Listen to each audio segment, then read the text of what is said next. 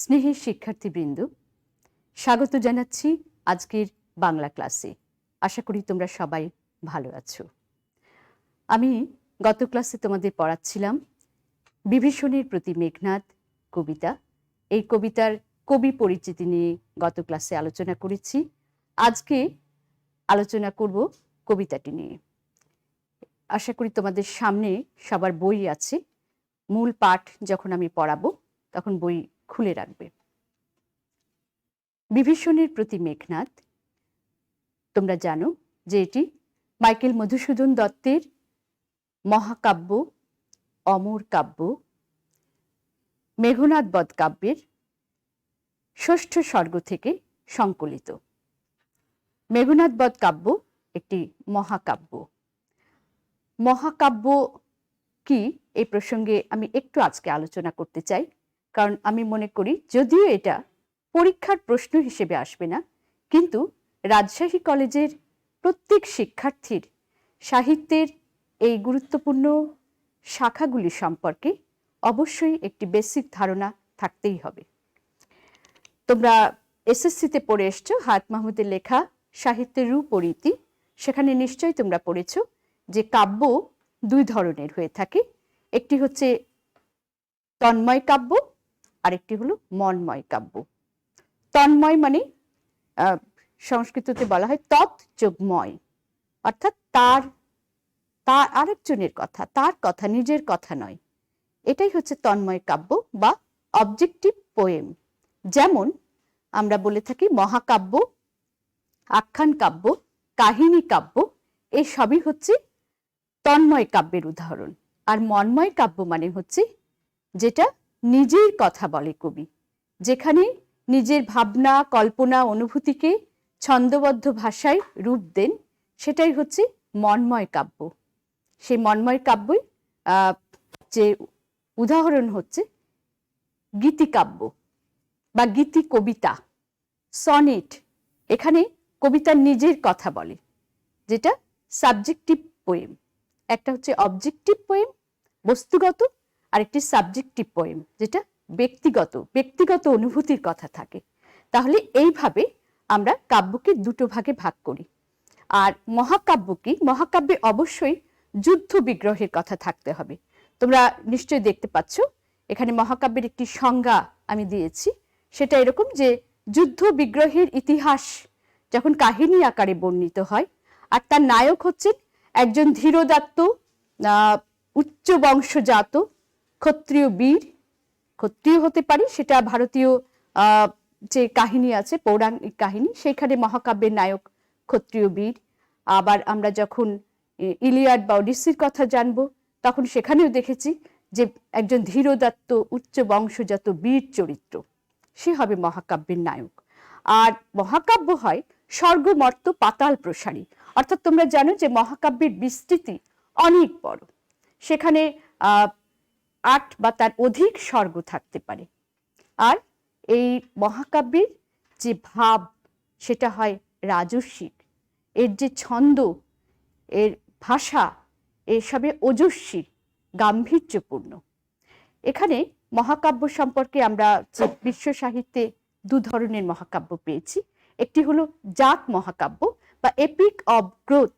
Epic of growth, যেটা একটি জাতির যুগ যুগ ধরে গড়ে ওঠার ইতিহাস নিয়ে যে কাহিনী, যে কাব্য গড়ে ওঠে, সেটাই হচ্ছে এপিক অব গ্রোথ বা জাত মহাকাব্য। যেমন রামায়ণ, মহাভারত। রামায়ণ বাল্মীকি লিখেছেন, আর মহাভারত লিখেছেন বেদব্যাস বা ব্যাসদেব। আর ইলিয়াড এবং ওডিসি গ্রিক সাহিত্যের দুটি বিখ্যাত মহাকাব্য, এর রচয়িতা হোমার। এই দুই মহাকাব্যের কিন্তু 4টি মহাকাব্যের যুদ্ধ আছে। আমরা রামায়ণের কাহিনী থেকেই মেঘনাদ বধ কাব্যের কাহিনী দেখেছি, সেখান থেকেই সংকলিত হয়েছে। তো রামায়ণের কাহিনীতেও কিন্তু রাম এবং রাবণের যে যুদ্ধ, যে যুদ্ধকে বলা হয়েছে আর্য এবং অনার্যের যুদ্ধ। আবার মহাভারতে আমরা দেখেছি যে 18 দিন ধরে কুরুক্ষেত্রের যুদ্ধ নিয়েই কিন্তু এর কাহিনী। শুরু থেকেই যুদ্ধের যে সূচনা, যুদ্ধ নিয়েই কিন্তু দুই পক্ষের মধ্যে যে বাক বিতণ্ডা, সেটা নিয়েই কিন্তু মহাকাব্য, বিশাল আয়তনের মহাকাব্য মহাভারত। এমন বলা হয় যা নেই ভারতে তা নেই ভারতে, অর্থাৎ এমন কিছু নেই যা মহাভারতে নেই। এরপরে ইলিয়াড, সেখানে আমরা দেখেছি 9 বছর ধরে যুদ্ধ হচ্ছে গ্রিকদের সঙ্গে ট্রোজানদের। উপলক্ষ হচ্ছে হেলেনকে উদ্ধার করা। হেলেন একজন নারী, যাকে ট্রোজান একজন রাজপুত্র প্যারিস তাকে চুরি করে নিয়ে গেছিল, গ্রিক বধূ হেলেনকে। এটা নিয়ে অনেক বিস্তৃত ব্যাখ্যা হতে পারে। হেলেনীয় সংস্কৃতিও সেই নারীর যে প্রতীক হিসেবেও হতে পারে। তো সেইটা নিয়ে কিন্তু 9 বছর ধরে যুদ্ধ হয়েছে। এই যুদ্ধের কাহিনী নিয়ে ইলিয়াড। ওডিসিও তাই, একটা মানুষের সংগ্রাম করে প্রতিকূলতার বিরুদ্ধে লড়াই করে কি করে ওডিসি ফিরে এলো তার দেশে, সেইটা নিয়ে ওডিসি। বহু মজার মজার উপকাহিনী এর মধ্যে আছে। অ্যারিস্টটল বলছেন যে মহাকাব্যের মধ্যে প্রচুর কাহিনী থাকে, উপকাহিনী থাকে, মূল কাহিনীর সঙ্গে আরো অনেক কাহিনী থাকে এর মধ্যে। তো এইখানে আমি গতদিন একটু তোমাদের কমেন্টগুলো পড়ছিলাম, সেখানে একজন লিখেছে যে হ্যাঁ, মহাকাব্য হোমারেরটা বাংলায় আছে। অবশ্যই বাংলাতেই পড়ো, কখনো সম্ভব হলে অবশ্যই ইংরেজিতে পড়বে, তবে বাংলাতে পড়ো, তুমি জানতে পারবে। আমি মনে করি যে এই বিষয়গুলি, অন্তত 4টি মহাকাব্য সম্পর্কে ধারণা যেন সবার থাকে। এরপরে আমরা আসি সাহিত্যিক মহাকাব্য বা অনুকৃত মহাকাব্য। অনুকৃত এই জন্য যে মূল মহাকাব্য, অর্থাৎ এই যে 4টি মহাকাব্য রয়েছে জাত মহাকাব্য, সেখান থেকে কাহিনী নিয়ে যখন একজন কবি তার নিজের সমসাময়িক কালের প্রেক্ষাপটে এই মহাকাব্য রচনা করেন, তখন সেটা হয়ে যায় সাহিত্যিক মহাকাব্য। যেমন মিল্টনের প্যারাডাইস লস্ট, ভার্জিলের ইনিড, ফেরদৌসি, পারস্যের কবি ফেরদৌসি, বিখ্যাত কবি, তার শাহনামা, ইরানের সেই বিখ্যাত বীরদের কাহিনী নিয়ে শাহনামা রচিত হয়েছে। তোমরা অনেকেই হয়তো বা পড়ে থাকতে পারো শাহনামা, ছোটদের শাহনামাও পাওয়া যায়। সেখানে একটি গল্প খুবই আকর্ষণীয়, সোহরাব এবং রুস্তমের কাহিনী। এরপরে মধুসূদনের কথাই বলবো, যে মাইকেল মধুসূদন দত্তের মেঘনাদ বধ কাব্য। তিনি রামায়ণের কাহিনী থেকে কাহিনী সংগ্রহ করে লিখেছেন মেঘনাদ বধ কাব্য, এবং সেটা তার নিজের কালের প্রেক্ষাপটে কিন্তু এটাকে বিচার করেছেন। বলা হয়ে থাকে যে 19 শতকের নবজাগ্রত জাতীয়তাবোধের চেতনায় উদ্বুদ্ধ হয়ে রামায়ণের কাহিনীকে তিনি পুনর্মূল্যায়ন করেছেন। রামায়ণের যে কাহিনী আমরা বাল্মীকির রামায়ণে পড়েছি বা তার অনুবাদ কৃত্তিবাসের রামায়ণে পড়েছি, কবি কৃত্তিবাস তিনি বাংলার মধ্যযুগের একজন কবি, যিনি সংস্কৃত কাব্য বাল্মীকির রামায়ণ থেকে তাকে বাংলায় অনুবাদ করেছেন। যখন তিনি বাংলায় অনুবাদ করছেন তখন কিন্তু তিনি তার মতন করে অনুবাদ করছেন, সেখানে সংস্কৃত রামায়ণের সঙ্গে তার রামায়ণের অনেকটাই পার্থক্য। সেই রকম মাইকেল মধুসূদন দত্ত তার কাব্যের মধ্যে রামায়ণের কাহিনীকে পুনর্মূল্যায়ন করেছেন।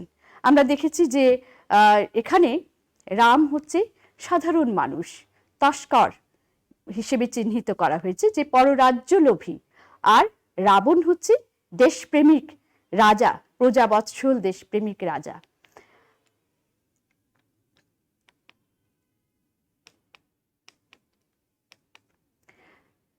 রবীন্দ্রনাথ বলছেন যে যার ভিতর দিয়ে একটি সমগ্র দেশ, সমগ্র যুগ আপনার হৃদয়কে, আপনার অভিজ্ঞতাকে ব্যক্ত করিয়া মানবীর চিরন্তন সামগ্রী করিয়া তোলে। অর্থাৎ তার মধ্যে, এই মহাকাব্যের মধ্যে দিয়ে আমরা যা পাই তা একটি চিরায়ত রূপ, একটি চিরন্তন সাহিত্য, যেটা ক্লাসিক কাব্যের মূল বৈশিষ্ট্য। ক্লাসিক কাব্য বা ধ্রুপদী কাব্য, যা একটি মানে যার স্থায়িত্ব চিরন্তন, তো এইরকম যা পরিবর্তন সাপেক্ষ নয়। যেমনটি আমরা গীতিকাব্য বা মন্ময় কাব্যের মধ্যে দেখেছি যে রোম্যান্টিক কাব্যের মধ্যে, রোম্যান্টিক কাব্য আর ক্লাসিক কাব্য দুটো ভাগ করা হয় কাব্যকে। তো আমাদের মহাকাব্য হচ্ছে সেই ক্লাসিক কাব্য বা ধ্রুপদ সাহিত্য। তো মাইকেল মধুসূদন দত্ত যে মহাকাব্যের মধ্যে যে কাহিনী নিয়ে এসেছেন, সেখানে রাবণ, যে রাক্ষস রাজা, লঙ্কার রাজা রাবণ, সেই রাবণকে তিনি মহৎ করে দেখিয়েছেন। মানুষের মহত্বকে, তার সংগ্রামী চিন্তা চেতনাকে বড় করে দেখিয়েছেন। তার দেশাত্মবোধকে জাগ্রত করার জন্যে এই রাবণ, ইন্দ্রজিৎ, এই চরিত্রগুলোকে তিনি আরো নতুন জাতীয়তাবাদী চেতনার আলোকে তিনি উদ্ভাসিত করেছেন। আমরা এবার দেখব যে এই যে একটু আগে বললাম রবীন্দ্রনাথের কথা দিই যে মানবের চিরন্তন সামগ্রীটা কি, এটা বোঝানোর জন্যে আজকে আমি রবীন্দ্রনাথের এই উক্তিটাও তোমাদের এখানে নিয়ে এসেছি। সেটা হচ্ছে যা একটি কালে মধুসূদন যখন এটা লিখছেন তখন ব্রিটিশ উপনিবেশ, সেই সময় তখনও কিন্তু মানুষের মধ্যে পরাধীনতার শৃঙ্খল থেকে মুক্তি পাবার আকাঙ্ক্ষা, ঠিক স্বাধীন ভারতবর্ষ, এই চিন্তাটা কিন্তু তখনও আসেনি। কিন্তু এইটুকু এসছে, কারণ সময়টা হচ্ছে 1861 সাল।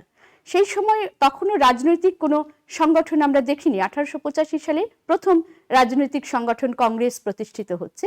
তার আগে পর্যন্ত আমরা কিন্তু দেখতে পাচ্ছি যে মানুষের মধ্যে একটু করে সাজাত্য বোধ জেগে উঠছে, জাতীয়তা বোধ জেগে উঠছে। আমার দেশ সম্পর্কে আমার গভীর যে প্রেম, আমার ভালোবাসা, সেই বোধটা কিন্তু 19 শতকের শুরু থেকে আমরা দেখতে পাচ্ছি যে এই চেতনাটা জেগে উঠছে। মধুসূদনের কাব্যে আমরা সেইটাই কিন্তু দেখতে পাচ্ছি, এবং সেটাকে তিনি রাম রাবণের যে প্রতীকের মধ্যে দিয়ে এটাকে কিন্তু তুলে ধরার চেষ্টা করেছেন। এইখানে আমরা বলবো যে এই যে চিরকালের চিরায়ত, সেটা কিন্তু আমার যুগের প্রেক্ষাপটেও এর গুরুত্ব অপরিসীম। কিভাবে? মুক্তিযুদ্ধের কথা ধরো, আমাদের মুক্তিযুদ্ধের সময় আমরা যখন স্বাধীনতার আকাঙ্ক্ষায় আকুল হয়ে উঠেছি, সেই সময় আমরা দেখেছি যারা বাংলাদেশের মানুষ, বাঙালি, তারা বাঙালি জাতীয়তাবাদী চেতনায় দেশকে স্বাধীন করার জন্য প্রাণপণ যুদ্ধে ঝাঁপিয়ে পড়েছে। আর একদল মানুষ যারা কিন্তু নিজের দেশ, জাতি, এই সব কিছু অন্যের কাছে সমর্পণ করছে। তাদেরকে আমরা যুদ্ধ বিরোধী চেতনায় কথা বলি, যে যারা আমাদের যুদ্ধ বিরোধী শক্তি, যারা রাজাকার নামে চিহ্নিত মুক্তিযুদ্ধে। আমরা যখন বিভীষণের প্রতি মেঘনাদ পড়ব, সেখানে মেঘনাদের তেজদীপ্ত যে ভাষণ, সেখানে এমন কিছু উক্তি আছে যা আমি আমার দেশ কালের প্রেক্ষাপটে বিচার করতে পারি, বিশ্লেষণ করতে পারি। তাই এইখানেই তার চিরায়ত রূপ, এইখানেই সেটা চিরন্তন। এইটাই আমি বলতে চাচ্ছিলাম যে মেঘনাদ বধ কাব্যে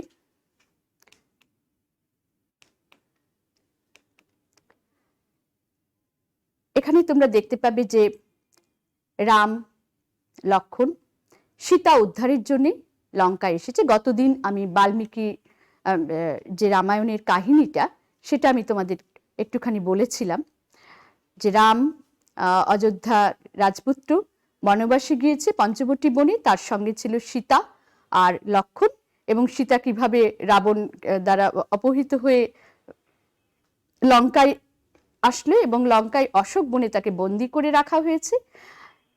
সীতাকে উদ্ধারের জন্য রাম সুগ্রীবের সহায়তায় বিরাট বানর বাহিনী নিয়ে লঙ্কায় যাত্রা করেছে এবং লঙ্কা অভিমুখে, এবং সমুদ্রের উপরে একটা সেতু বেঁধে সেইখানে লঙ্কায় তারা উপস্থিত হয়েছে। আর রাবণের ছোট ভাই বিভীষণ, রাবণেরা 3 ভাই, রাবণ, কুম্ভকর্ণ আর বিভীষণ। কুম্ভকর্ণেরও নাম উল্লেখ আছে এখানে। তো এই 3 ভাইয়ের মধ্যে বিভীষণ সবার ছোট, আর বোন হচ্ছে তাদের শূর্পণখা।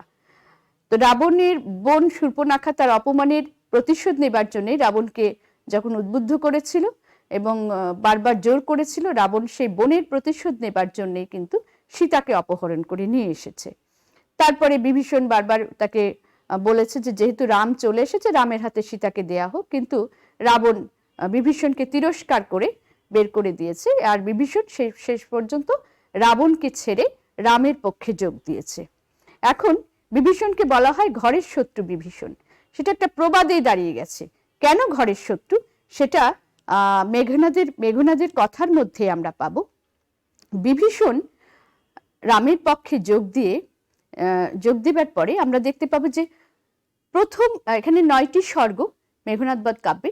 প্রথম স্বর্গে আছে যে যুদ্ধ শুরু হয়ে গেছে, রাবণের আর এক ছেলে বীরবাহু যুদ্ধে নিহত হয়েছে, এবং সেই সংবাদ পাওয়ার পরে রাবণ উঠেছে, প্রাসাদ শিখরে উঠে দেখতে পাচ্ছে বিশাল বানর বাহিনী নিয়ে বেষ্টিত অবস্থায় রাম লক্ষণ আছে। তো যাই হোক, রাবণের কাছে এটা কোনো বিষয় না, কারণ রাবণ একজন বীর সংগ্রামী যোদ্ধা, আর তার আরও একজন যশস্বী পুত্র আছে যার নাম হচ্ছে মেঘনাদ। কেন মেঘনাদ সে কথা আমি গত ক্লাসে বলেছি, আজকে আবারও বলছি। মেঘনাদ শব্দের অর্থ, নাদ মানে শব্দ, মেঘের মতো শব্দ করে।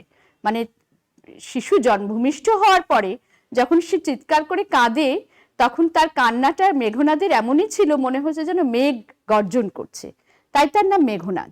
পরে সে ইন্দ্রকে জয় করেছিল, স্বর্গের দেবরাজ ইন্দ্র, তাই তার আর এক নাম হচ্ছে ইন্দ্রজিৎ, বা আর এক নাম বাসব বিজয়ী। আর আরো অনেকগুলো নাম আছে, আমরা শুরুতেই দেখতে পাবো যে এতক্ষণে অরিন্দম কহিলা বিষাদে। আমি সরাসরি কবিতায় চলে যাই, মূল পাঠে। এখানে বলছি, এতক্ষণে অরিন্দম কহিলা বিষাদে। অরিন্দম মেঘনাদ, মেঘনাদের আর এক নাম। এখন মেঘনাদ কাকে বলছে? বিভীষণকে। কিভাবে এই জায়গাটা শুরু হলো তার একটুখানি গল্পটা বলি। যে মেঘনাদ যুদ্ধে যাবার আগের দিন নিকুম্ভিলা যজ্ঞাগার, মনে রাখবে যজ্ঞাগারটির নাম, এটা পরীক্ষায় জ্ঞানমূলক প্রশ্নের জন্য ইম্পর্টেন্ট। এই নিকুম্ভিলা যজ্ঞাগার লঙ্কার একটি, লঙ্কা হচ্ছে রাবণের যে রাজ্য, রাজধানী, সেই লঙ্কায় নিকুম্ভিলা যজ্ঞাগারে ইন্দ্রজিৎ যজ্ঞ করছেন ইষ্ট দেবতাকে প্রসন্ন করার জন্যে, যে আগামী দিন তার যুদ্ধ। আর বিভীষণ জানে যে মেঘনাদকে সম্মুখ যুদ্ধে পরাস্ত করা এতটা সহজ নয়, তাই রামকে প্ররোচনা দিয়েছিল যে মেঘনাদকে নিরস্ত্র অবস্থায় হত্যা করাটাই ঠিক। লক্ষণকে নিয়ে সে পথ দেখিয়ে যাবে। নিকুম্ভিলা যজ্ঞাগার কোথায় সে তো রামের লক্ষণের জানার কথা নয়, বিভীষণই পথ দেখিয়ে নিয়ে যাচ্ছে যে সেইখানে মেঘনাদ নিরস্ত্র, সেই অবস্থায় তাকে হত্যা করা খুব সহজ। আর এখানে তোমরা একটা জিনিস আমি ক্লাসে বলেছি যে মহাকাব্য হচ্ছে স্বর্গ মর্ত পাতাল প্রসারী। তার মানে কি?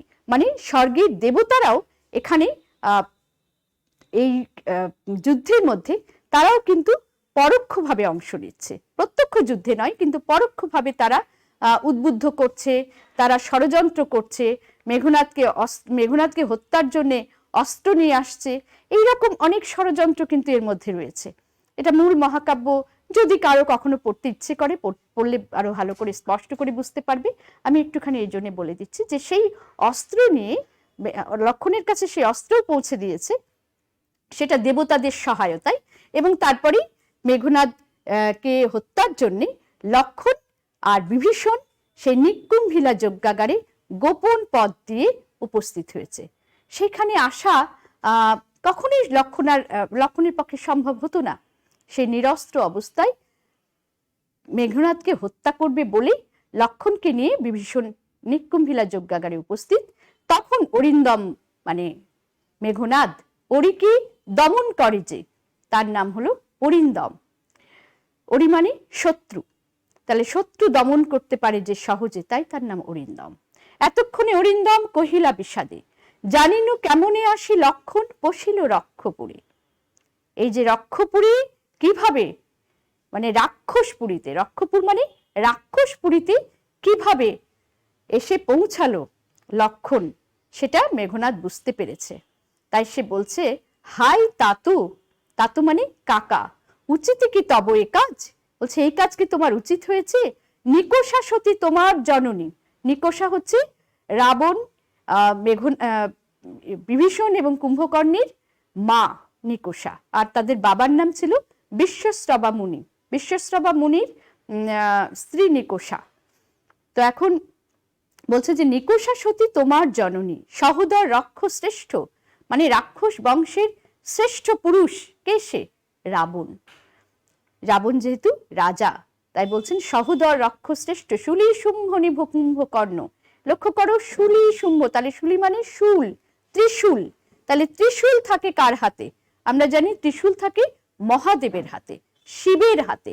তাই বলছে শুলি শম্ভু নিভ, মানে শম্ভু মানে শিব, তাহলে যে শিবের হাতে যে ত্রিশূল থাকে সেই শিবের মতন কুম্ভকর্ণ, শিবের সঙ্গে ত্রিশূলধারী শিবের সঙ্গে কুম্ভকর্ণকে তুলনা করেছে, যে কুম্ভকর্ণ এইরকম একজন মানে রাক্ষস, তার ভাই রাক্ষস বংশের আরো একজন শ্রেষ্ঠ পুরুষ, সে হচ্ছে কুম্ভকর্ণ। গত ক্লাসে বলেছিলাম যে ব্রহ্মার বরে সে 6 মাস ঘুমাতো আর 1 দিন জাগতো, সেই শুলি শম্ভুনিভ কুম্ভকর্ণ। ভ্রাতুষ্পুত্র তব বাসব বিজয়ী, তার যে ভাইয়ের ছেলে অর্থাৎ ইন্দ্রজিৎ তার নিজের কথাই বলছে যে বাসব বিজয়ী মানে ইন্দ্রকে জয় করেছে।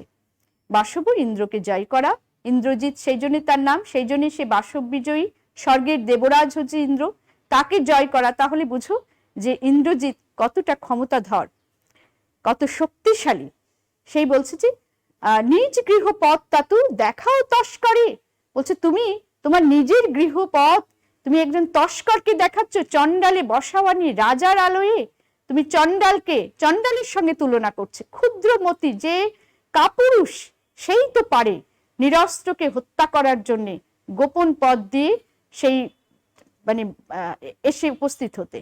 এইখানে আমি একটুখানি এই যে বললাম যে আমার দেশের প্রেক্ষাপটেও আমি বিভীষণের প্রতি মেঘনাদকে যদি বিশ্লেষণ করি তাহলে দেখব মুক্তিযুদ্ধের সময় 25শে মার্চ কালো রাত্রি, তোমরা জানো 1971 সালের এই রাত্রিতে নিরস্ত্র বাঙালির উপরে পাকিস্তানি সৈন্যরা ঝাঁপিয়ে পড়েছিল, হত্যা করেছিল। এই যে হত্যাযজ্ঞটা সেটাও তো অনেকটা এইরকমই, বিভীষণের মতোই যারা কুচক্রী, যারা এদেশের স্বাধীনতা বিরোধী শক্তি, যারা রাজাকার, তারাই কিন্তু এই পথ দেখিয়ে দিয়েছিল। আমাদের যে বুদ্ধিজীবী হত্যা সেটাও তো তাই। পাকিস্তানি সৈন্যরা কি জানতো যে কে কে কাকে কাকে এইভাবে বেছে বেছে হত্যা করতে হবে? আমাদের এই দেশের স্বাধীনতা বিরোধী চক্ররাই কিন্তু এই কাজটি সম্পন্ন করেছিল, তাদেরকে দিয়ে এই হত্যাযজ্ঞ চালিয়েছিল। তো বিভীষণের সঙ্গেই তাদের তুলনীয়। এবং এই প্রসঙ্গে আরো একটা কথা মনে পড়ছে যে দেখবে যুগে যুগে ইতিহাস ঘাটলে দেখবে যখনই একটি শক্তি আরেকটি শক্তির উপরে প্রভুত্ব করেছে তখন কিন্তু সেই যে যদি অন্য দেশ থেকে আসে তখন সেই দেশ সেই রাজ্যের মানুষজন সম্পর্কে কিন্তু তারা জানতে পারে না। সেইখান থেকে একটি দুর্বল যে তার সেই রাজ্যের যে দুর্বলতম দিকটা সে একটা ছিদ্র, বলা হয় ছিদ্র অন্বেষণকারী। ইংরেজরা ছিল এরকম ছিদ্র অন্বেষণকারী, তারা দেখতো যে কাকে দিয়ে কাজটি হবে। মনে পড়ে যাচ্ছে মহীশূরের সুলতান টিপু সুলতানের কথা। এই প্রসঙ্গে গল্পটা একটুখানি বলবো যে টিপু সুলতান একটা সুরক্ষিত দুর্গের মধ্যে অবস্থান করছিলেন এবং সেখান থেকে ইংরেজদের বিরুদ্ধে যুদ্ধ চালিয়ে যাচ্ছে। কোনো অবস্থাতেই ইংরেজরা কিন্তু এই সিংহের সঙ্গে এটে উঠতে পারছে না। সিংহ বলো বাঘ বলো, টিপু সুলতান ছিলেন এইরকম দুর্ধর্ষ একজন যোদ্ধা। সেই টিপু সুলতানকে হত্যা করা সম্ভব হলো টিপু সুলতানেরই সভার একজন লোভী সভাসদের জন্য। সে গোপনে দুর্গের দ্বার খুলে দিয়েছিল। ইংরেজরা তাকে প্রলোভন দেখিয়েছিল যে তাকে তারা সুলতান বানাবে, টিপুর জায়গায় দিবে। এবং যখন তারা টিপু সুলতানকে হত্যা করলো তখন কিন্তু তারাও স্যালুট করেছিল টিপু সুলতানকে। টিপু সুলতান বীর যোদ্ধা, তাই তাকে স্যালুট করেছে। আর যে লোকটি এই শত্রুতা করেছে টিপু সুলতানের সঙ্গে তাকে প্রথম গুলি করেছে এবং বলেছে যে নিজের লোকের সঙ্গে শত্রুতা করতে পারে তাকে আমরা কিভাবে বিশ্বাস করতে পারি। একই ইতিহাস আমরা নবাব সিরাজউদ্দৌলার ক্ষেত্রেও দেখতে পেয়েছি। কি না, নবাব সিরাজউদ্দৌলাকে যখন হত্যা করা হলো সেটা সেইখানে প্রধান চক্রান্তকারীদের মধ্যে ছিলেন মীর জাফর, বিশ্বাসঘাতক মীর জাফর, যে কিনা নবাব হওয়ার স্বপ্ন দেখেছিল। আর ইংরেজরা সেই দুর্বলতম জায়গাটি দিয়েই এই দেশে প্রবেশ করলো, এই রাজ্যকে এই দেশকে নিজেদের আয়ত্তে নিয়ে আসলো। কোম্পানির শাসন শুরু হলো 1757 সালের কথা। তোমরা জানো, তোমাদের নাটকটি পাঠ্য আছে, নবাব সিরাজউদ্দৌলা নাটক। তো ইতিহাসে যুগে যুগে আমরা এভাবেই দেখেছি যে ঘরের শত্রুরাই কিন্তু এই মানে সুযোগ করে দেয় শত্রুকে। এভাবেই কিন্তু আমাদের দেশ বলো এই জাতি বলো বারবার পরাধীনতার শিকার হয়েছে। তাই এখানে বলছে যে নিজ গৃহপথ তাতো দেখাও তস্করি। অনুধাবনমূলক প্রশ্নের জন্য খুব ইম্পর্টেন্ট একটি লাইন, যে এভাবেই তুমি নিজের গৃহের পথ তস্করকে দেখাচ্ছ, চণ্ডালকে নিয়ে এসছো এই রাজার আলয়ে, চণ্ডালে বসাও আনি রাজার আলোয়। চণ্ডালের সঙ্গে তুলনা করছে, চণ্ডাল অতি ক্ষুদ্র জাতি, সেই চণ্ডালের সঙ্গে তুলনা করছে কারণ তারা কাপুরুষ। কোনো বীর যোদ্ধা কখনো পেছন থেকে হত্যা করে না, সে সামনে থেকে হত্যা করে, সামনে যুদ্ধ করে, তা না করে সে পেছন থেকে এসে ছুরি বসাচ্ছে। সেই জন্য বলছে চণ্ডালের মতন। কিন্তু নাহি গঞ্জিত মা, কিন্তু তোমাকে আমি গঞ্জনা করছি না, গুরুজন তুমি। সেই অবস্থাতেও অরিন্দম, ইন্দ্রজিৎ গুরুজনের মতো বিনয়ের সঙ্গে তাকে বলছে, পিতৃতুল্য ছাড়দার, যাব অস্ত্রাগারে। তারপরেও সে বলছে যে এখনই দরজা খুলে দাও, আমি অস্ত্রাগারে যাব। পাঠাইব রামানুজে সমন ভবনে। রামানুজ মানে রামের অনুজ, মানে রামের ছোট ভাই। রামানুজকে সমন ভবনে, জমালয়ে পাঠাবে। লঙ্কার কলঙ্ক আজি ভঞ্জিব আহবে। লঙ্কার কলঙ্ককে সে ধ্বংস করে দিবে। উত্তরিলা বিভীষণ। এই তেজদীপ্ত কণ্ঠ শুনে, তার ভাষণ শুনে, মেঘনাদের তেজদীপ্ত ভাষণ শুনে বিভীষণ উত্তর দিচ্ছে, খুব কাচুমাচু করে উত্তর দিচ্ছে, বৃথায় সাধনা ধীমান। বলছে বৃথায় সাধনা ধীমান পুত্র রাঘব দাস আমি। রাঘব কেন? রাম লক্ষণ রঘু বংশের, তাই তাদেরকে রাঘব বলা হয়। বলছে রাঘব দাস আমি, কি প্রকারে তাহার বিপক্ষ কাজ করব। বলছে কি প্রকারে আমি তার বিপক্ষে যেতে পারি, তার বিপক্ষ কাজ করবো। যে বললাম যে বিভীষণ এসে রামের শরণ নিয়েছে, রামের আশ্রয় নিয়েছে। রক্ষিতে অনুরোধ। উত্তরিলা কাতরে রাবণী। রাবণী বলতে কে? মেঘনাদ, রাবণের পুত্র। সে এবার বলছে, হে পিতৃব্য, তব বাক্যে ইচ্ছি মরিবারে। বলছে তোমার বাক্য শুনে এখন আমার মরতে ইচ্ছা করছে। রাঘবের দাস তুমি, যে কোন মুখে ওই কথা বলছো? কেমন ও মুখে আনিলে কথা তা তো? বলছে কোন মুখে এই কথা বলছো তুমি? কহতা দাসেরে। ছি ছি করছে, ছি চিৎকার। কাপুরুষ, যে কিনা নিজের রাজ্য ছেড়ে, নিজের স্বজাতি ছেড়ে, নিজের পরিজন ছেড়ে, পরিবার পরিজন ছেড়ে অন্যের কাছে দাসত্ব স্বীকার করছে, তাই জন্য তাকে ছিচিৎকার করছে। কাপুরুষ। বলছে তোমার ইচ্ছা, তোমার কথা শুনে আমার মরতে ইচ্ছা করছে। স্থাপিলা বিধুরি বিধি স্থানুর ললাটে, পড়ি কি ভূতলে শশী যান গড়াগড়ি।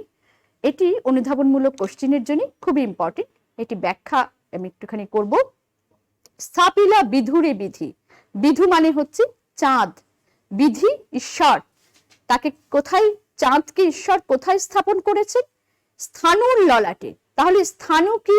স্থানু হচ্ছে শিব। এখানে বলে রাখি, তোমাদের বইয়ে কিন্তু, তোমাদের যে মূল বই, সেখানে এর ব্যাখ্যাটি ভুল আছে। তারপরেও আমি যেটা সঠিক ব্যাখ্যা সেইটা বলে দিচ্ছি, এটা মনে রাখবে। স্থানু মানে শিব। শিবকে কেন স্থানু বলা হয় তার একটা পৌরাণিক ব্যাখ্যা আছে। পুরাণে, পৌরাণিক অভিধানের মধ্যে এরকম আছে যে শিবকে ব্রহ্মা প্রজার সৃষ্টি যখন করছে, শিবকে সে বলল যে আর প্রজার সৃষ্টি করা যাবে না, এখন এটা বন্ধ করো। তো তখন শিব বলছেন স্থির স্থিত, তো স্থির স্থিত স্মি, তো এর জন্য শিব তখন স্থানু হয়ে গেল। স্থানু শব্দের আরেকটি অর্থ হলো গোজ। এটা একটা আমাদের সহজ বাংলায় বলে যে গোজ হয়ে বসে আছে। গোজ মানে এমন ভাবে চুপ করে বসে আছে যে আর নড়াচড়া করে না। শিবকে ওই জন্য স্থানু বলা হয়, সে আর নড়াচড়া করে না, বা সে তপস্যা করে যখন, ধ্যান করে যখন, এই জন্যও তাকে স্থানু বলা হয়, যে শিব তখন একেবারে তার কোনো নড়াচড়া থাকে না, তাই সে স্থানু। তো এই জন্যে স্থানু শব্দের অর্থ এখানে শিব। তাহলে শিবের ললাটে চাঁদ আছে। শিবের যে মূর্তি, তার যে ছবি তোমরা দেখবে যে শিবের জটার উপরে চাঁদ, ললাট মানে কপাল, ঠিক জটার নিচে মানে কপালের তার চাঁদ, অর্ধচন্দ্র। তারও একটি পৌরাণিক কাহিনী আছে যে চাঁদ দক্ষের 27 জন কন্যাকে বিয়ে করেছিল, কিন্তু খুব ভালোবাসতো রোহিণীকে।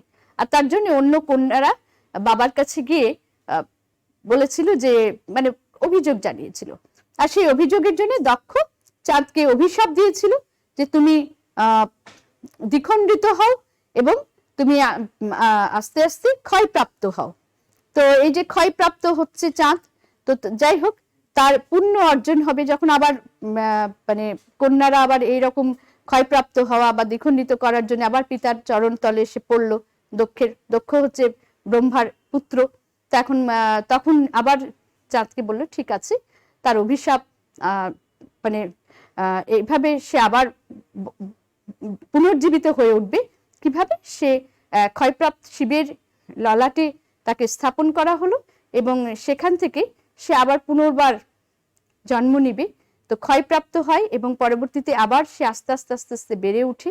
এটা নিয়ে কিন্তু দুটি পক্ষ, একটি হচ্ছে কৃষ্ণ পক্ষ আর একটি হচ্ছে শুক্ল পক্ষ।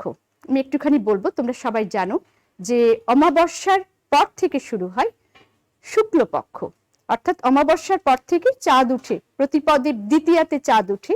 সেই দ্বিতীয়ার যে চিকন ফালির মতো চাঁদ, সেই চাঁদ একটু একটু একটু করে বাড়তে বাড়তে সেইটা যখন পূর্ণ আকার ধারণ করে তখন শুরু হয় পূর্ণিমা।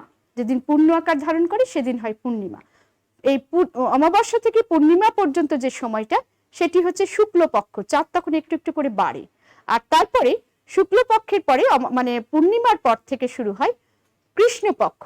চাঁদ তখন একটু একটু করে কৃষ্ণপক্ষে ক্ষয়প্রাপ্ত হয় এবং যখন একদম ক্ষয় হয়ে যায়, তখন একেবারে চাঁদ দেখা যায় না, তখন আমরা দেখি হচ্ছে অমাবস্যা, একেবারে পূর্ণ অন্ধকার। তো এইটা যাই হোক, এটা তোমাদের এমনি জানার জন্য বললাম। তো এখানে আছে যে স্থাপিলা বিধুরে বিধি স্থানুর ললাটে। স্থানু মানে শিবের ললাটে চাঁদকে যে ধারণ করেছেন শিব, সেটা বিধিই তাকে সেখানে দিয়েছে চাঁদের পুণ্যত্ব প্রাপ্তির জন্যে। এভাবেই চাঁদ তার পুণ্য অর্জনের মধ্যে দিয়ে, শিবের কাছে স্থান পাওয়া মানে এই পুণ্য অর্জনের মধ্যে দিয়ে চাঁদ আবার পূর্ণতা প্রাপ্ত হবে। পরি কি ভূতলে শশী যান গড়াগড়ি, সেখান থেকে শশী, শশী মানেও চাঁদ, চাঁদ কি নিচে পড়ে কখনো গড়াগড়ি যায়? হে রক্ষরথী ভুলিলে কেমনে। আচ্ছা, তার আগে একটুখানি বলি, তোমাদের যেটা ভুল ব্যাখ্যা আছে সেটা হচ্ছে তোমাদের বইয়ে দেয়া আছে যে আকাশে চাঁদকে স্থাপন করেছে। আকাশ অম্বর হতে পারে, আকাশ স্থানু মানে আকাশ নয়। তোমরা অভিধানেও যদি দেখো, বাংলা একাডেমির যে অভিধানটি আছে সেখানেও স্থানু মানে শিব।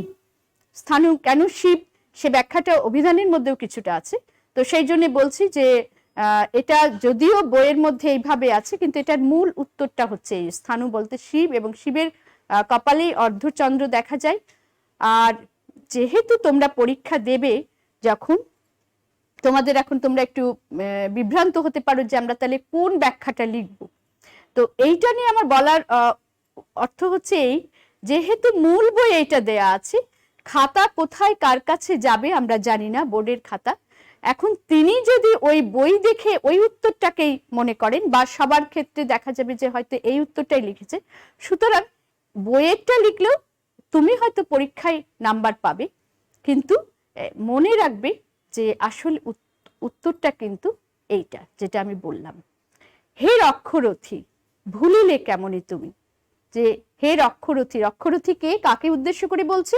রক্ষরথী হলো বিভীষণ, বিভীষণকে বলছে যে হে রক্ষরথী ভুলিলে কেমনে তুমি। রথী কেন?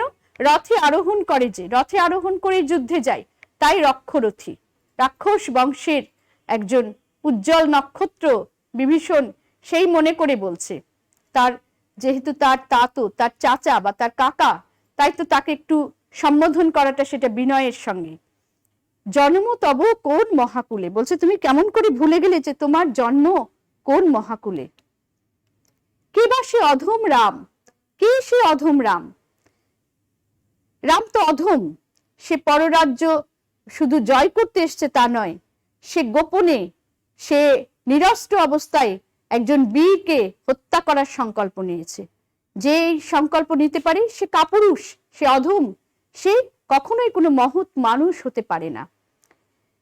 স্বচ্ছ সরোবরে করে কেলি রাজহংস, স্বচ্ছ সরোবরে রাজহংস কেলি করে।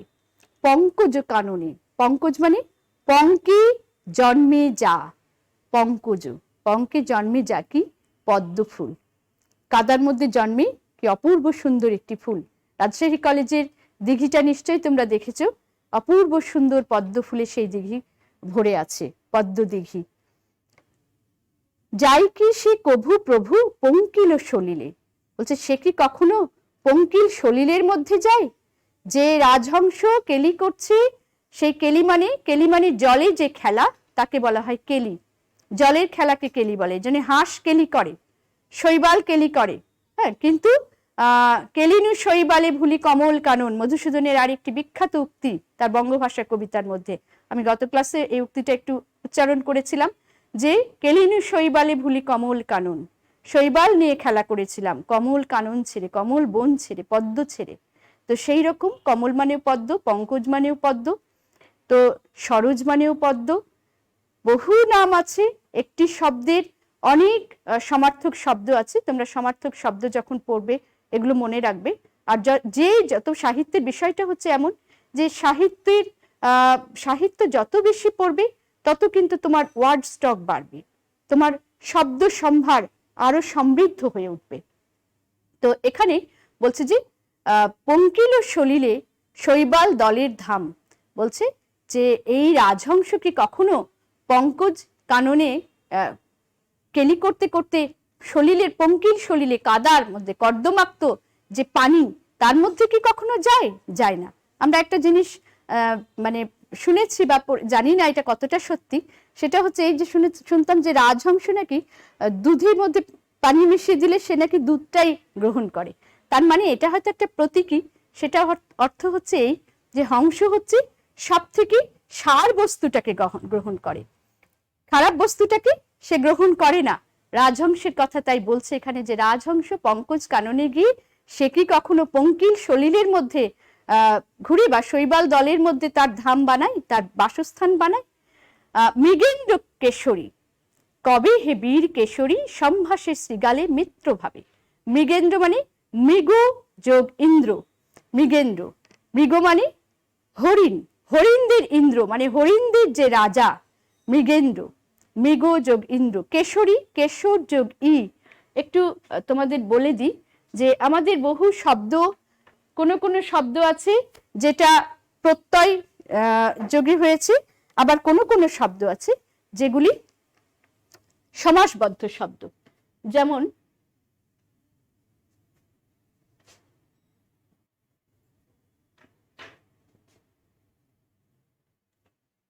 মৃগ যোগ ইন্দ্র, মৃগেন্দ্র, এটা হচ্ছে সন্ধি, সন্ধির দ্বারা এই শব্দটি হয়েছে, এটা সন্ধি।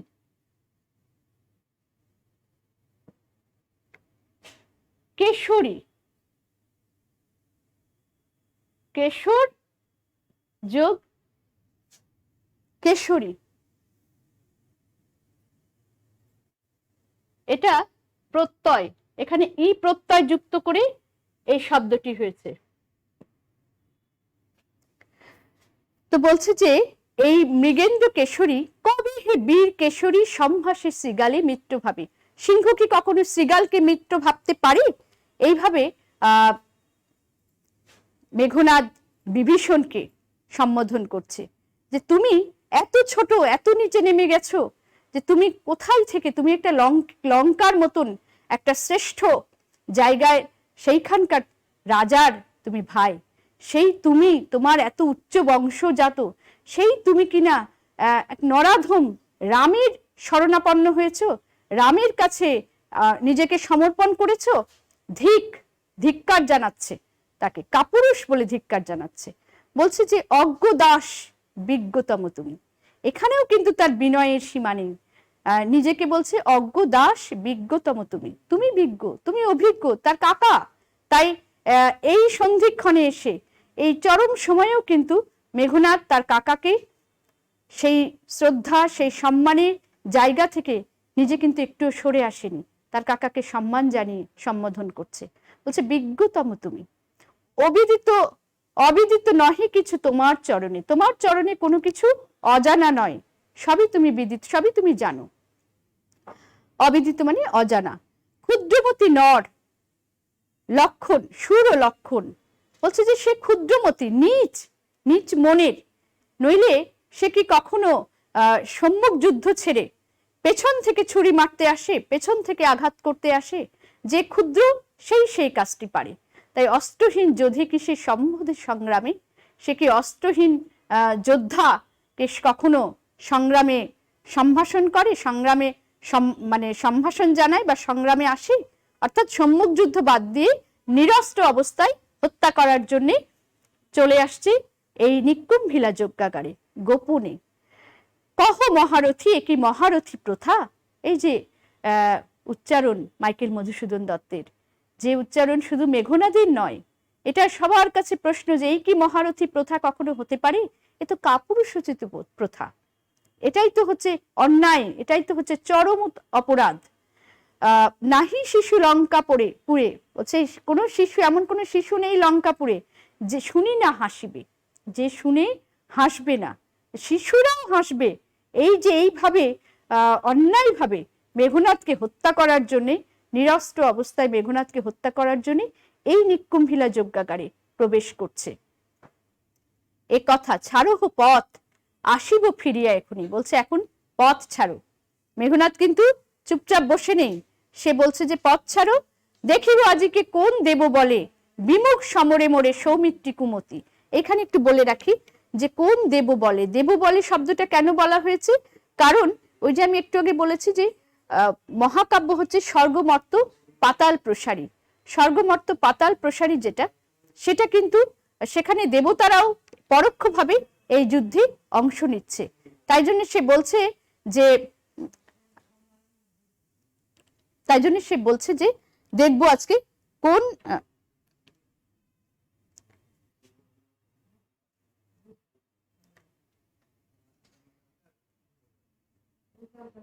বলছে যে আমি আজকে দেখবো যে কিভাবে দেবতারা এই দেবকুল এই ষড়যন্ত্রে অংশ নিয়েছে, কোন দেব বলে বলি হয়েছে, সে কোন দেব বলে সে বলিয়ান হয়ে আমাকে মারতে আসছে। তাই জন্য সে বলছে যে ছাড়ো পথ, আমি যাব, আমি তাকে সমন ভবনে পাঠাবো, জমালয়ে পাঠাবো।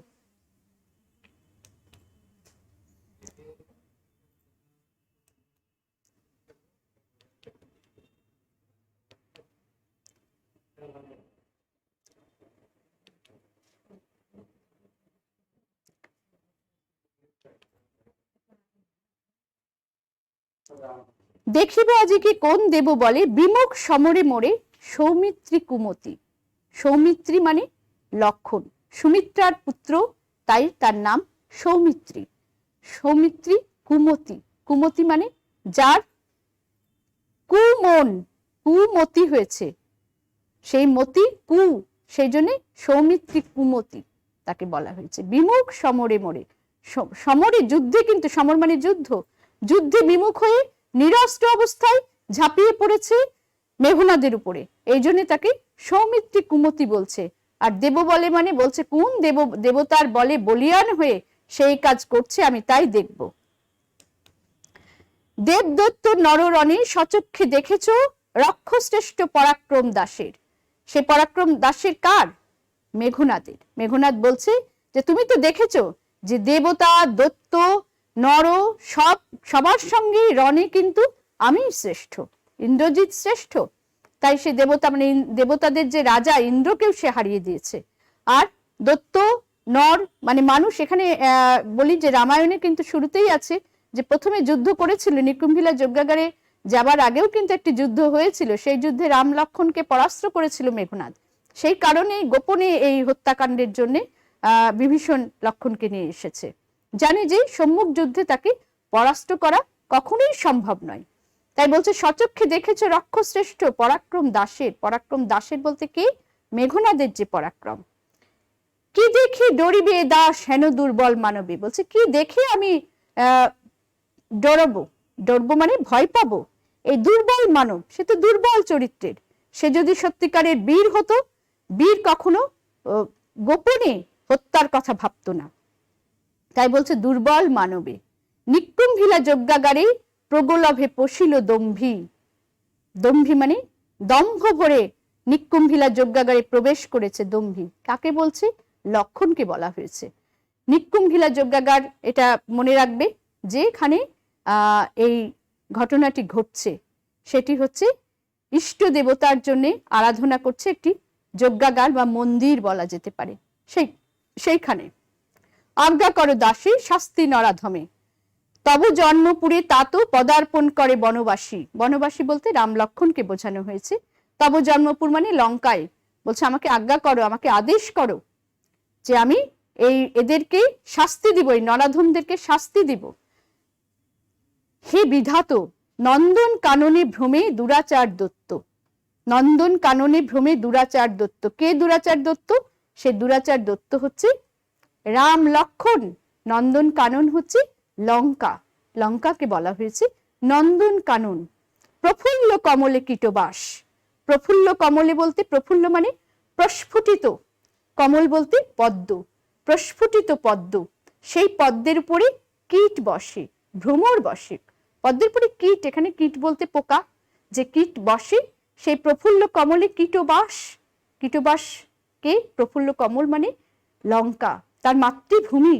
সেই লঙ্কায় যে বনবাসীরা এসেছে পররাজ্য লোভে, তাদেরকে কীটের সঙ্গে, সামান্য কীটের সঙ্গে তুলনা করছে। নরাধম তারা, তারা কীটের মতো, অধম, অধম মানব, এভাবে ভৎসনা করা হয়েছে বারবার। তারপরে বলছে কহ তাতু সহিব কেমনে হেন অপমান আমি। ভাতৃপুত্র তব, তোমার ভাইয়ের ছেলে আমি, কিভাবে এই অপমান, লঙ্কার এই অপমান আমি কিভাবে সইব? তুমিও হে রক্ষমণি সহিছ কেমনে। বলছে তুমিও তো রাক্ষস কুলের, তুমি কেমন করে এই অপমান সহ্য করছো? রাক্ষস কুলের হয়ে তুমি কেন এই অপমান সহ্য করছো? মহামন্ত্র বলে যথা নম্র শিরোফণি। নম্র শিরোফণি মানে যে ফণাধর সাপ, সে মন্ত্রের বলে যখন মাথাকে নত করে, মলিন বদন লাজে উত্তরিলা রথি রাবণ অনুজ। মানে এটা কাকে বলছে? যে নম্র শিরোফণি। পরীক্ষায় একটি প্রশ্ন হতে পারে, নম্র শিরোফণি হচ্ছে কে? বিভীষণ। আমি একটুখানি এখানে লিখে দিই, বিভীষণকে বলা হচ্ছে এখানে নম্র শিরোফণি।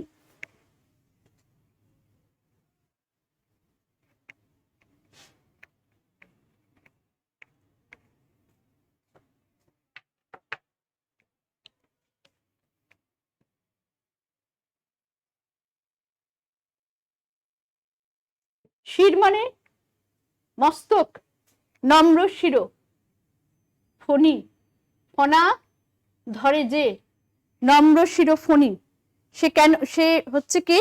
বিভীষণ।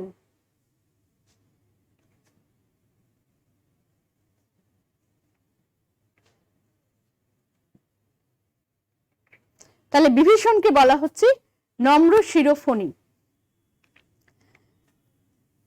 নম্র শিরো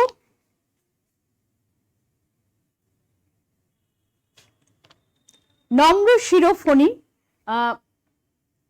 যে বিভীষণ, মলিন বদন লাজে মানে লজ্জায় সে মলিন বদন, মানে মুখকে, বদন মানে মুখ, যে মানে তার মুখ নিচু করে ফেলেছে, মুখ নিচু করে ফেলেছে লজ্জায়, সেজন্য নম্র শিরো ফণির সঙ্গে তাকে তুলনা করা হয়েছে। সাপ, ফণির সঙ্গে তুলনা করেছে কেন? সাপ, সাপ প্রতিহিংসা পরায়ণ হয়, সাপ কুটিল হয়, সেই জন্য এখানে সাপের কথা বলা হয়েছে। মহামন্ত্র, মহামন্ত্রটা কি? মহামন্ত্রটা হচ্ছে যে বিভীষণ এতক্ষণ ধরে, মেঘনাদ এতক্ষণ ধরে যে তেজদীপ্ত ভাষণ দিল, যেভাবে তাকে তার ভিতরে দেশাত্মবোধ জাগিয়ে তোলার জন্য কথাগুলো বলছে, তখন লজ্জায় অধবদন, লজ্জায় মুখ নত করে নিয়েছে এই নম্র শিরোফণি রূপী বিভীষণ। উত্তরিলা মলিন বদন লাজে, লজ্জায় মলিন হয়ে গেছে তার মুখ। উত্তরিলা রথি রাবণ অনুজ, রাবণ অনুজ মানে যেন রাবণের ছোট ভাই বিভীষণ। লক্ষ্মী রাবণ ও আত্মজে, রাবণের আত্মার থেকে জাত যে, সে হচ্ছে কে? রাবণের ছেলে ইন্দ্রজিৎ। আত্মজ, আত্মজ শব্দটা একটুখানি ব্যাখ্যা দিই। রবীন্দ্রনাথের কবিতার মধ্যে থেকে একটি লাইন আছে যে মাকে ছেলে বলছে যে আমি কিভাবে এলাম, কোথা থেকে এলাম, ছেলে জিজ্ঞাসা করছে, আর মা তার উত্তর দিচ্ছে যে ইচ্ছা হয়েছিলি মনের মাঝারি। এই যে মনের মধ্যে ইচ্ছা হয়েছিলি, সেই ইচ্ছা থেকে, সেই আত্মা থেকে জাত যে সন্তান, সেই হচ্ছে আত্মজ। সেই আত্মজ হচ্ছে এখানে মেঘনাদ। তাই রাবণ আত্মজে, রাবণ আত্মজে বললে অবশ্যই বুঝতে পারছো অনুজ মানে ছোট ভাই, আর আত্মজে যখন বুঝাবে তখন হচ্ছে তার সন্তান। তাহলে রাবণ অনুজ মানে বিভীষণ মেঘনাদকে বলছে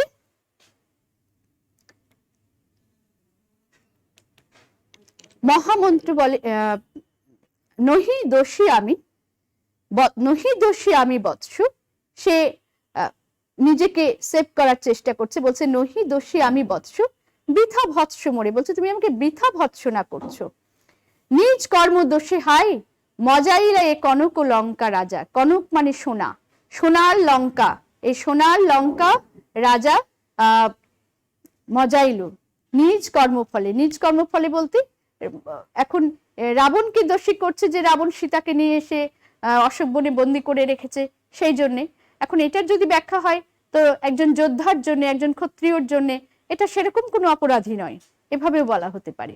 তো বলছে যে মজিলা আপনি, যে পুরা কনক লঙ্কাকে এইভাবেই কিন্তু মজিয়েছে স্বয়ং লঙ্কার শ্রেষ্ঠ রাবণ, লঙ্কেশ্বর রাবণ, লঙ্কেশ্বর, লঙ্কার ঈশ্বর লঙ্কেশ্বর রাবণ। বিরত সতত পাপে দেবকুল, বলছে দেবকুল তো সবসময় পাপে বিরতই থাকে।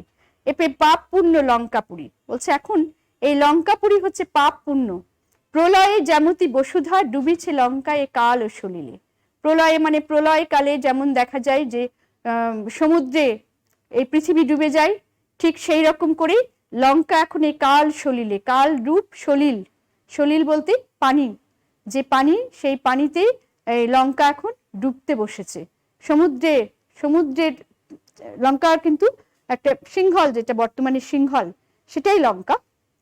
এবং ভারতে যে রামেশ্বরম বলে একটি জায়গা আছে, যেখান থেকে লঙ্কায় যাবার সেতু বন্ধন হয়েছিল। বলা হয় যে রামেশ্বরম একেবারে সমুদ্রের ধারে, চেন্নাই থেকে অনেকটাই দূরে, সমুদ্রের তীরবর্তী একটি জায়গা, চেন্নাইয়ের মধ্যেই পড়ে এটা।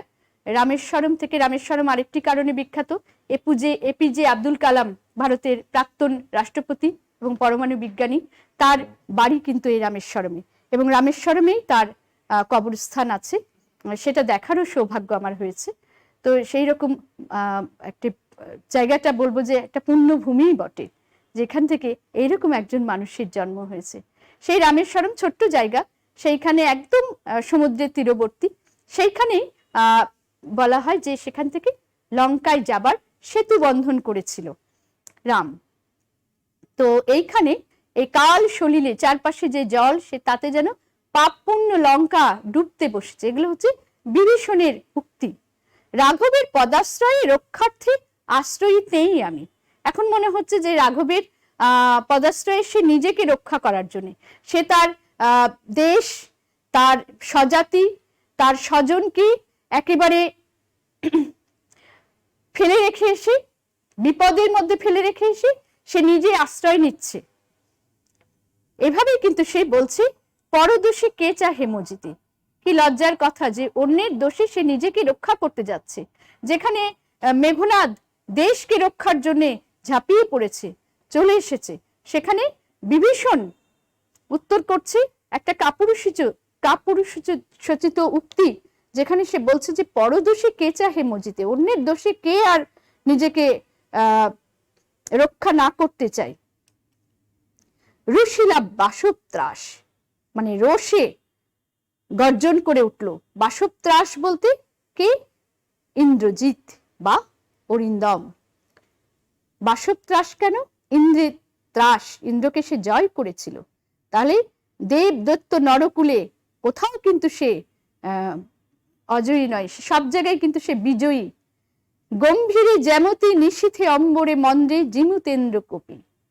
গম্ভীরটাও কিন্তু ব্যাখ্যার জন্য, অনুধাবনমূলক কোশ্চেনের জন্য খুবই ইম্পর্টেন্ট। একটু বিশ্লেষণ করি। নিশীথ অম্বরে, রাত্রিবেলা, অম্বর বলতে আকাশ, সেই আকাশে যেমন করে মেঘ গর্জন করে, জিমুত মানে মেঘ, এখানে মনে রাখবে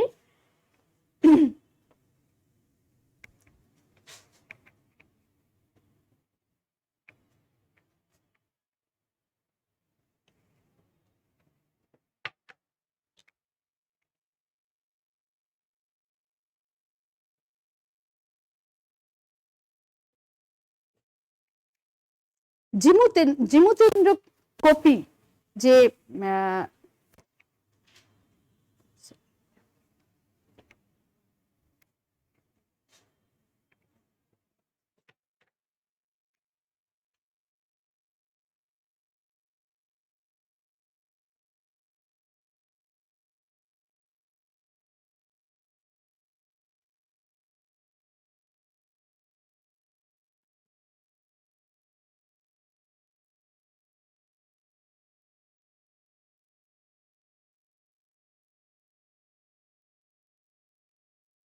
লক্ষ্য করো, জিমুতেন্দ্র, জিমুত যোগ ইন্দ্র, ইন্দ্র মানে স্বর্গের যে দেবরাজ, তাহলে মেঘেদের রাজা জিমুতেন্দ্র, জিমুতেন্দ্র কপি, জিমুতেন্দ্র, জিমুত যোগ ইন্দ্র, এখানে মেঘেদের রাজা মানে ইন্দ্রকে বলা হয় যে মেঘের রাজা, বজ্রপাত করা হয় সেটাও ইন্দ্রই হচ্ছে তার করে, সেই জন্য জিমুতেন্দ্র কপি মানে কুপিত হয়, ক্ষুব্ধ হয়, তাই বলছে যে জিমুতেন্দ্র কপি কহিলা বীরেন্দ্র বলি, সে জিমুতেন্দ্র কপি মানে মেঘের মতন গর্জন করে উঠল ইন্দ্রজিৎ, সে বলছে ধর্মপথগামী হে রাক্ষস রাজানুজ, বিখ্যাত জগতে তুমি কোন ধর্ম মতে, সব থেকে ইম্পর্টেন্ট এই লাইনগুলো মনে রাখবে, এটাই কিন্তু এই কবিতার মূল বস্তু, সারমর্ম। কোন ধর্ম মতে কহ দাসে শুনি, জ্ঞাতিত্ব ভ্রাতৃত্ব জাতি এ সকলে দিলা জলাঞ্জলি, অর্থাৎ এইটাই হচ্ছে মূল কথা, যে কোন ধর্ম মতে তুমি তোমার নিজের জ্ঞাতি জাতি, তোমার যে ভাই পরিজন পরিবার, তাদেরকে তুমি জলাঞ্জলি দিয়ে তুমি কিনা অন্যের কাছে গিয়ে নিজেকে সমর্পণ করলে।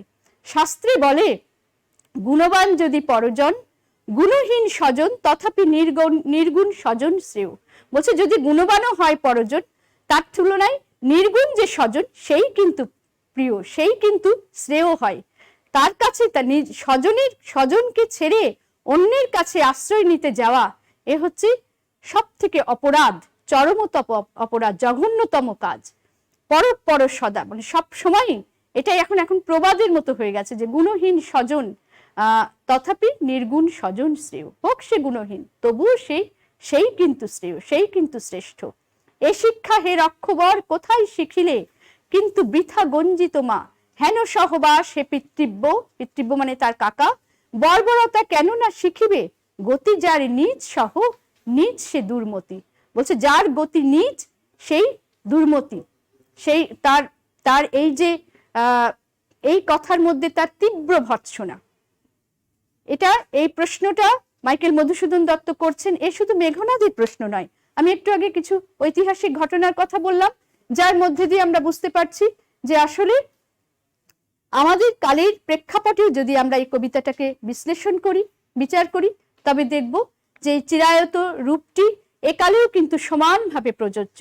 এই জন্য এটি তোমাদের সিলেবাসের অন্তর্ভুক্ত করা হয়েছে, যে কোন ধর্ম মতে কহ দাসী শুনি, জ্ঞাতিত্ব ভ্রাতৃত্ব জাতি এ সকলে দিলা জলাঞ্জলি, আমার নিজের দেশ, আমার নিজের জাতি, এরাই আমার কাছে সবচেয়ে প্রিয়, শ্রেষ্ঠ। দেশাত্মবোধ জাগিয়ে তোলার জন্যেই এই কবিতাটি নির্বাচন করা হয়েছে। এখানে বলি আমাদের জাতির পিতা, আমাদের জাতির জনক বঙ্গবন্ধু, তিনি 1975 সালে 15ই আগস্ট যখন নিজের দেশের কুচক্রী সেনাবাহিনীর এক দলের হাতে নিহত হলেন, তার আগে পর্যন্ত তিনিও কিন্তু কখনো বিশ্বাস করতে পারেননি যে পাকিস্তানে তিনি ছিলেন, যেখানে পাকিস্তানিরা তাকে হত্যা করতে পারেনি, সেইখানে নিজের দেশে নিজের বাসভূমি নিজের ঘরে সেই 32 নম্বর ধানমন্ডি, তিনি ইচ্ছে করলে অনেক সুরক্ষিত বাসভবন বঙ্গভবনে থাকতে পারতেন, তিনি না থেকে তার 32 নম্বর বাসভবনে ছিলেন। তার সবসময় একটা বিশ্বাস ছিল যে তার দেশের মানুষ কখনো তাকে হত্যা করতে পারে না। কিন্তু এই যে আজকে এ কথাই আমরা বলতে পারি যে কোন ধর্ম মতে কহ দাসে শুনি, জ্ঞাতিত্ব ভ্রাতৃত্ব জাতি, যারা যুগ যুগ ধরে নিজের জাতির সঙ্গে বিশ্বাসঘাতকতা করে, তাদের জন্যই এই কবিতা, তাদের সেই জন্য মনে করতে হবে দেশ মানে শুধু এই ভূখণ্ড নয়, দেশ মানে দেশের মানুষ, দেশের মানুষকে ভালোবাসা, তাদের কল্যাণের চিন্তা যদি মনে থাকে, তবেই কিন্তু আমি বলতে পারি যে আমি দেশপ্রেমে উদ্বুদ্ধ, আমার মধ্যে দেশাত্মবোধ জেগে উঠেছে। তাই দেশাত্মবোধের চেতনায় উদ্বুদ্ধ করার জন্যই বিভীষণের প্রতি মেঘনাদ কবিতাটি তোমাদের জন্য পাঠ্য। আশা করি আমি প্রত্যেকটি লাইন এবং প্রত্যেকটি শব্দের ব্যাখ্যা করতে পেরেছি। তারপরে যদি কারো কোথাও কোনো সমস্যা থাকে সেটা কমেন্ট বক্সে অবশ্যই জানাবে। সবাই ভালো থাকো, ধন্যবাদ সবাইকে।